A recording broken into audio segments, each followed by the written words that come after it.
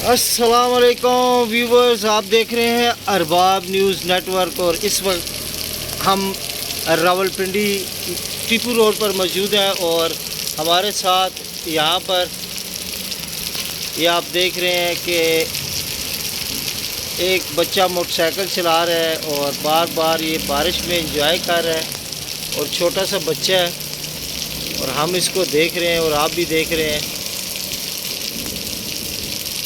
और रात के इस पहर बारिश ने मौसम सुहाना बना दिया है और आप भी घरों से निकलें और मौसम का एंजॉय करें।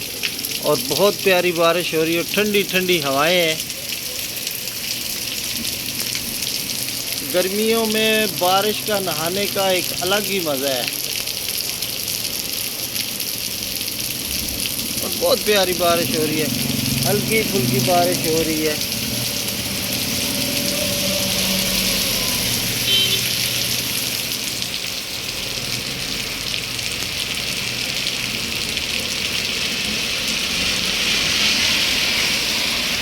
बहुत तेज़ बारिश है, आप देख रहे हैं।